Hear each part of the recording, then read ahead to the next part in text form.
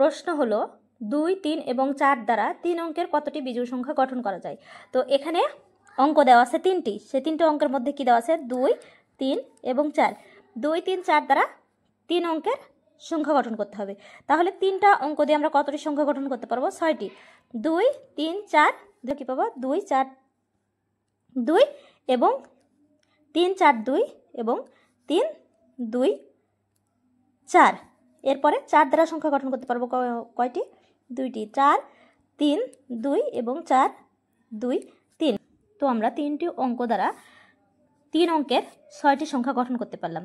যে সকল সংখ্যার শেষ অঙ্ক বিজোড়, যে সকল সংখ্যার শেষ অঙ্ক বিজোড়, সে সকল সংখ্যাগুলো বিজোড় সংখ্যা হবে। তাহলে বিজোড় অঙ্ক দেওয়া আছে, তাহলে 243 একটা এবং 423 সংখ্যার সর্বশেষ অঙ্ক হচ্ছে বিজোড়। এই দুইটি সংখ্যা হচ্ছে বিজোড় সংখ্যা। অতএব বিজোড় সংখ্যা কয়টি পেলাম? 2, 3 এবং 4 দ্বারা 3 অঙ্কের 2টি বিজোড় সংখ্যা পাবো। সেইগুলো হচ্ছে 243 এবং হচ্ছে 423। এ হলো আমাদের কাঙ্ক্ষিত ফলাফল।